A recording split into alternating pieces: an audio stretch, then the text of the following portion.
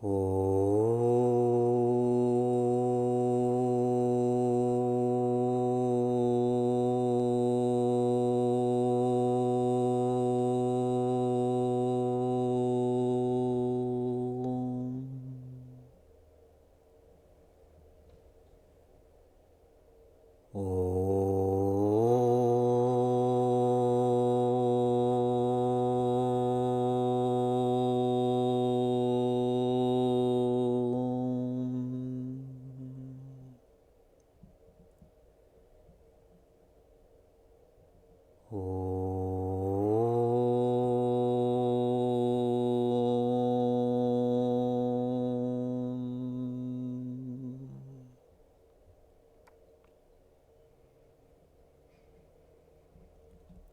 Om Satchidananda Vishvotpatyadihetave Tapatraya Vinashaya Shri Krishnaya Vayam Numaha.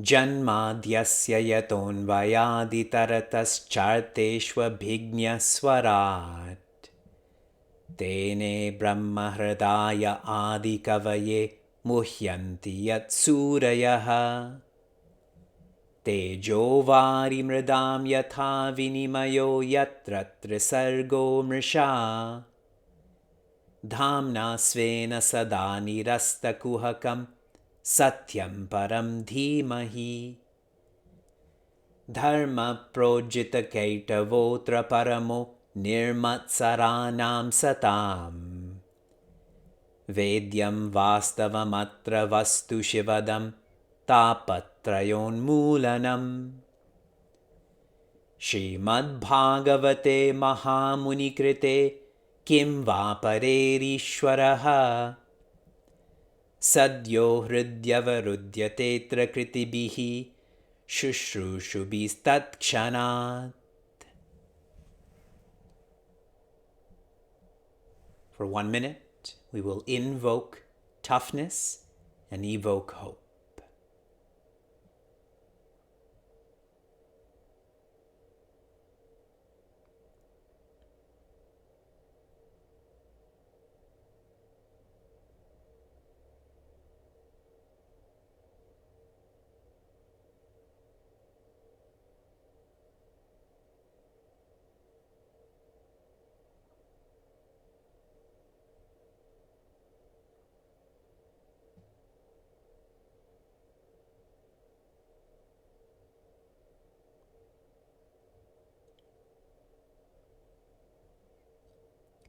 Hari Om and greetings from Niagara Falls.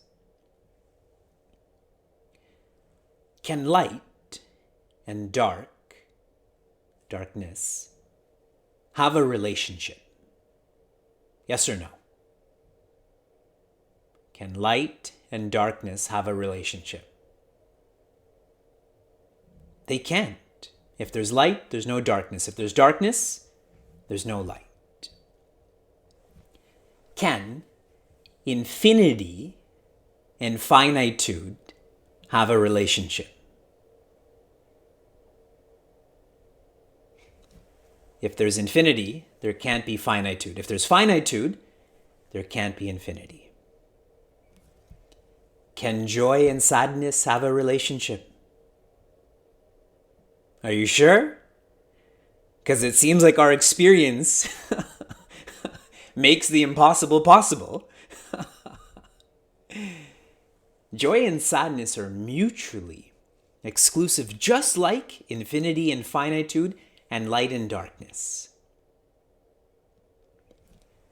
Our course is to love joy, infinity, light enough for us to let go of sadness, finitude, darkness.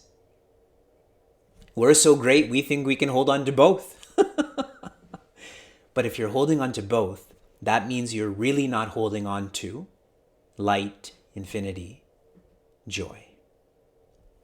Our course is to love more so that there's more clarity. Bhagwan Vamana guided Raja Bali into simple living, high thinking. Remember, we looked at our net income and the directions that has to go to. Less about the individual, more about society. Simple living, high thinking. After this Upadesha, we tend to feel that Raja Bali was cursed. In truth, he was blessed. He was shifted to a more prosperous abode. And there, his grandfather, Rishi Prahlada, was with him. They engaged in satsang. And this is described as hell, so there could be a lot of invaders. Who's the guard of Sutala? Bhagwan Narayana himself is the guard. With all of these changes, and if you go back to the genesis of this narration, it was Devi Aditi who shared with Rishi Kashyapa, what is happening right now is not fair. We feel the same way, no? With race, with health. And Bhagwan came in, restored fairness. Bhagwan Vamana came to be known as Upendra, which means the younger brother of Indra. And Upendra, Indra, they're sons of Devi Aditi. This is all for your reference. Bhagwan Vamana, most vigilant, approaches Rishi Shukra. Rishi Shukra is the guide for Raja Bali and says, I interrupted this yajna. Raja Bali was engaged in his responsibility, and I came and made lots of noise here and purged him. Please share how this yajna can be corrected. And Rishi Shukra says, all of the forgiveness one needs can be invoked by remembering your name. So now you think of your life, mistakes you've made towards others, towards yourself, consciously, unconsciously. Forgiveness is facilitated by Bhagwan's Nama. Engage in japa. We continue to the completion of the 8th skanda, and our next avatara is going to be introduced. And our next avatara is typically known as the first avatara in the Dashavatara. Show me how he looks. I want to see with your face how he looks. There we go. Yes, so much passion. We are in the 8th skanda, the 24th adhyaya, and this is the 35th shloka. 8, 24, 35.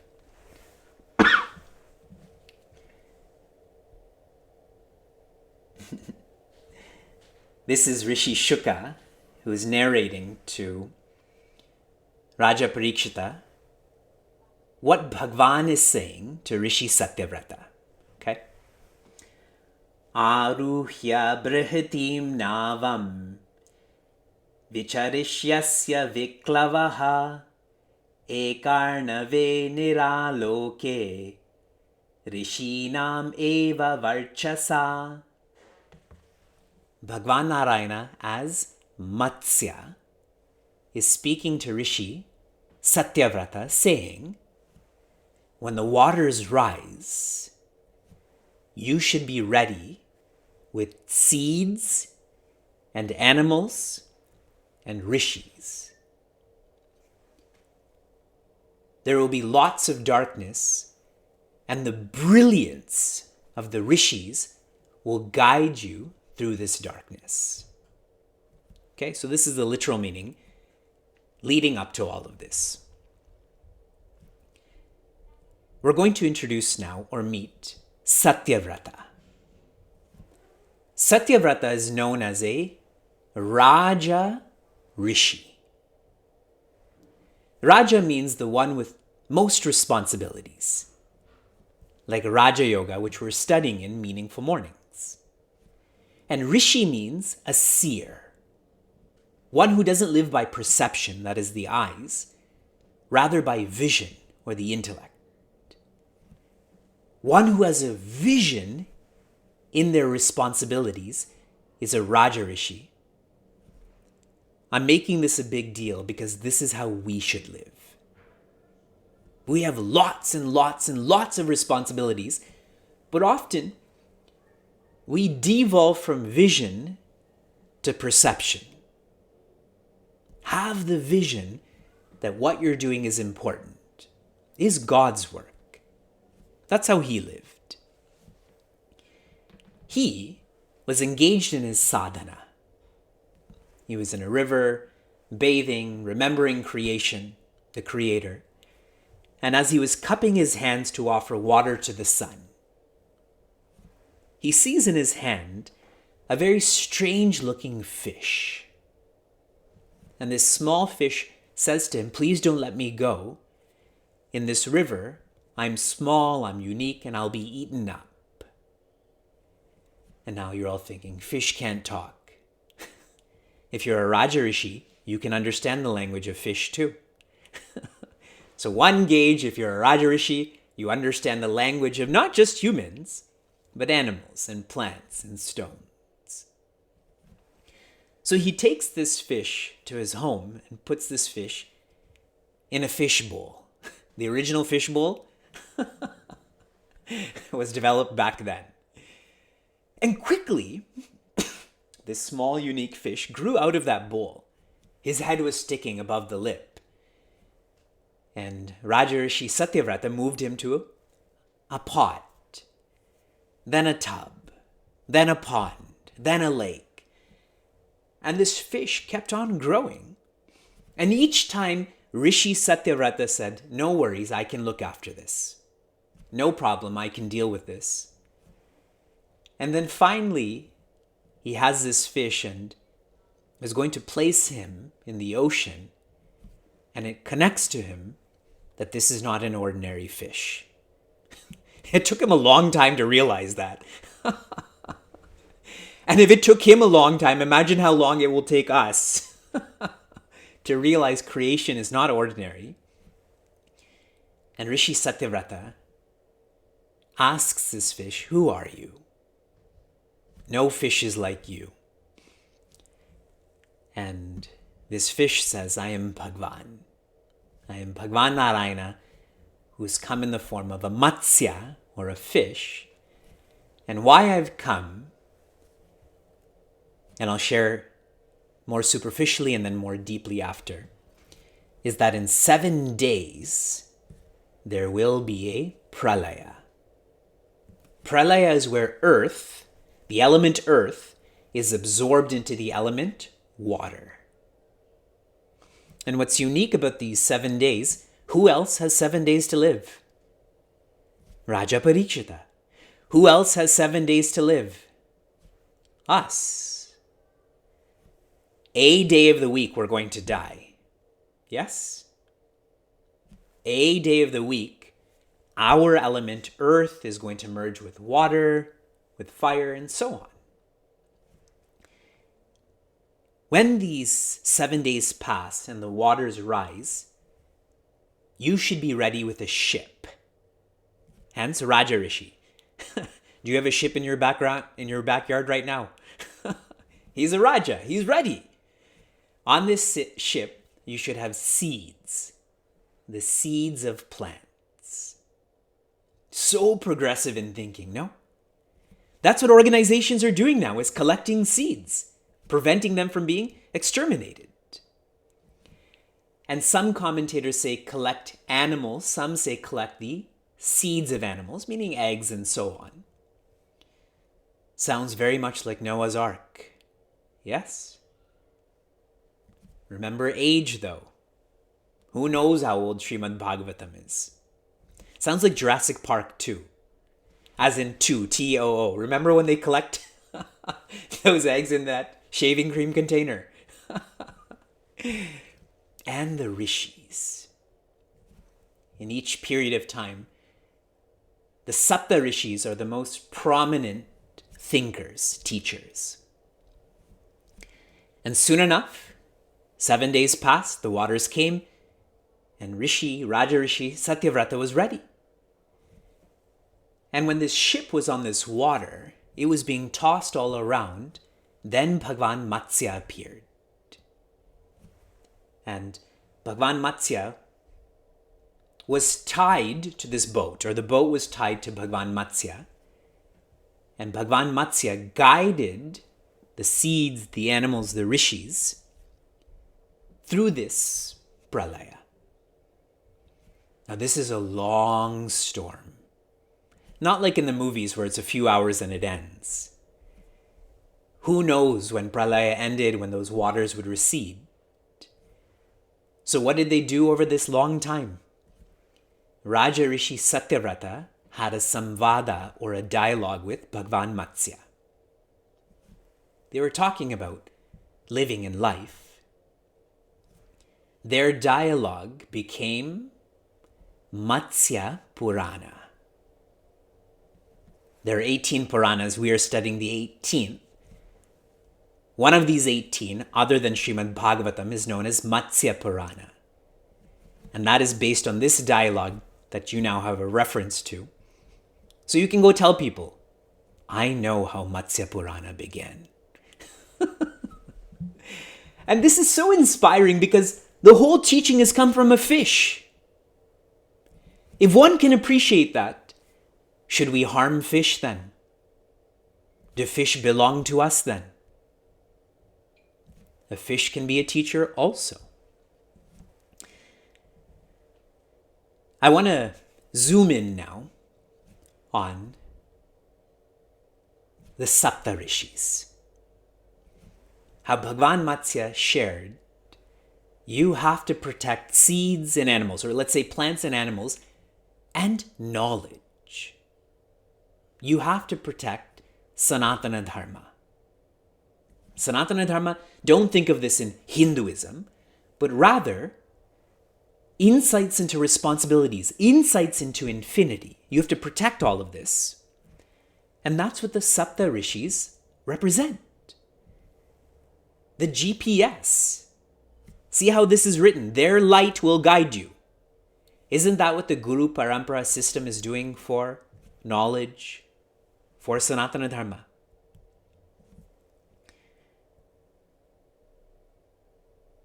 The deeper sadhana than puja, than yajnas, than dana is known as Shravana, Manana, Nididhyasana. This is called Antakarana Sadhana. This is done when one's mind is quieter, one's intellect is stiller. Then you can listen and reflect and contemplate. The samvada between Bhagwan and the seeker shows that Antakarana Sadhana. So now if you want to be a Raja Rishi, which I've already challenged you to be, you have to internalize knowledge. You have to internalize Sanatana Dharma, not through puja, not through yajna or dana, through Shravana, Manana, Nididhyasana. This dialogue, through dialogue, matters become more internal. One more insight into this lovely narration. Raja Rishi Satyavrata had a trace of ego that he is the protector. He is the protector of people, hence Raja. He is the protector of knowledge, hence Rishi. And Bhagwan Matsya had to come in this form. When he was about to be placed into the ocean, Raja Rishi Satyavrata realized he's not the final protector.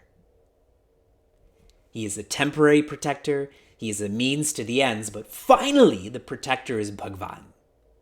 He is the ends. That's why he created this pralaya.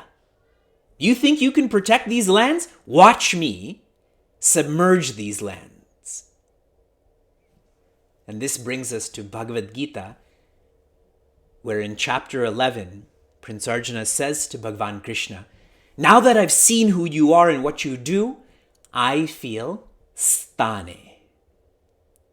Sthane means all is as all is. In other words, all that is happening is supposed to be, is perfect. We may not understand why this ism is there, or that person is being harmed, or this person is lost. We may not understand, but all of this is being looked after by Bhagavan. And once we have this sense that Bhagavan is the creator, conserver, controller, that ego goes away. Being a controlling person is a sense of ego. Being a perfectionist is a sense of ego. And this small, unique fish is what needed to manifest to help Raja Rishi Satyavrata let go of his ego. Bhagwan Matsya ki jai. So much more appreciation for Bhagwan and Bhagwan's creation, for fish. Okay. Let's review Skanda 8. Skanda 8 traditionally is known as Manvantara. The details, the living of Manus, or leaders of different periods. And I shared with you, forget about the technicality, what the 8th skanda focuses on is Saddharma. Dharma that is not good, but dharma that is great. There are 4 facets that make one go from dharma to saddharma. Those 4 facets are smarana. In English, that means remembrance. Dana, generosity. Pratignya, truthfulness. Pratignya means promise. Integrity, that's a nice word. And finally, raksha, which means protection. Dharma can be followed by your own effort and should be followed by your own effort. When you are steady and you develop sincerity, Saddharma is not by your effort, but rather his effort. But if you don't put in your effort, then his effort cannot manifest. You're with me? I shared similar sentiments in our Meditation in Life course and Applied Gita course, that you have to have this stamina where you have enough momentum that you don't feel like you're putting in effort. You can't put in more effort. It is Bhagavan who then carries you. His grace takes you past the ego. In a most technical sense, what I had shared was, you can't exhaust all of your vasanas. But once you exhaust enough, that's where dharma evolves to saddharma, and Bhagavan will burn up the rest for you. How we saw this, starting with smarana. The first major portion of the 8th skanda was about Raja Gajendra. Yes? This elephant, who's as strong as Indra, thought that he is the protector of himself, of his family, of his friends, and that ordinary crocodile put him in his place. And whom did he remember? He remembered Hari. See how his effort is dharma, and he realized my effort, I've put in my best. this evolves to Saddharma. Everyone's with me? The next is Dana, and the major portion we studied was the Kshira Sagara Mantana, the churning of the Milky Ocean. The personality that was most quiet, or personalities, in this churning were not the asuras, but the suras. This is one story, one history portion, where the devas are quiet. And what this shows is dana. Bhagavan said, give up this. Bhagavan said, let them have this. You simply depend on me. The asuras depended on the charity, let's call it. The pleasure, the possession, the position. What did the suras depend on? Bhagavan. Whatever Bhagavan wants you to give, you give them. And finally, who received the most? The suras. They received the amrita. So dana is, you don't calculate how much you give.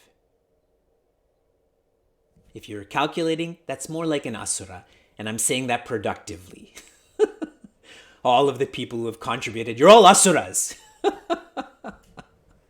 I'm not saying that, okay? I'm being sarcastic right now. But there's lots of details like this. And I think when we get to Bhagavan Krishna, when he studied with Rishi Sandipani, Bhagavan Krishna says to Rishi Sandipani, what dakshina do you want? He's totally not thinking about himself. He's only thinking about his guide. That's how dakshina or dana should be. Not based on our limits and conditions. Smarana, Gajendra. Dana, suras. Next is pratignya, integrity. And who was an icon of this? Raja Bali. You asked for 3 steps. I promised 3 steps. Even if there's no more space on earth or in heaven, there's still space here. And remember, he's not offering his physical head. That's still part of earth, correct? He's offering his ego. That's not in earth or heaven. It's deeper, more pervasive, yes? He offers his ego. So much integrity. Raja Bali. We call him an asura, when really he's more like a sura.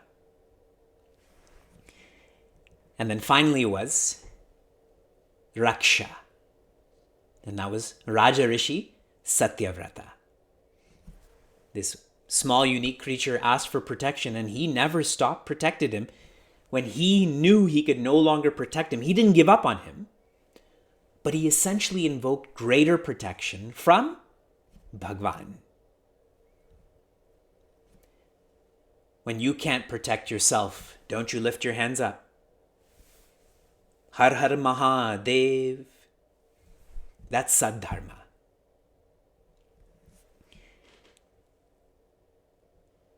We chant Sarva Karyeshu Sarvada. You hear me chant this all the time. When you're engaged in dharma, sarva karyeshu. Sarva karyeshu means you never stop your dharma. You never have likes or dislikes in your responsibilities. That's where saddharma, sarvada. Bhagavan, I don't want you to just help me with the dishes. I want you to help me with my life. If you put in the sarva karyeshu, Bhagavan will put in the sarvada. You put in the dharma, Bhagavan will put in the saddharma. So analyze your life in terms of, starting with smarana, humility. Dana, generosity. Pratignya, integrity. And raksha, I can't think of a word that ends in T-Y, but I want you to think of one. It'll sound awesome, correct?